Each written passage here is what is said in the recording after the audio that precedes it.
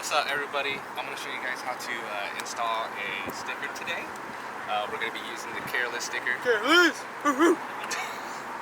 Alright, first off, you can use any window spray or quick detailer to basically clean the surface. So spray right here, take a microfiber cloth and wipe it down. Make sure it's dry. Alright. Then you're going to take the sticker. You're going to peel off the back side first. So take off the back side like that. And then you're going to line it up. Is this good, Hunter? That's perfect, man. To the other side. Just kind of like keep up the other side up. And then whenever you rub it, there's not going to be any air bubbles when you do it like this. And then you peel off the top part. Boom!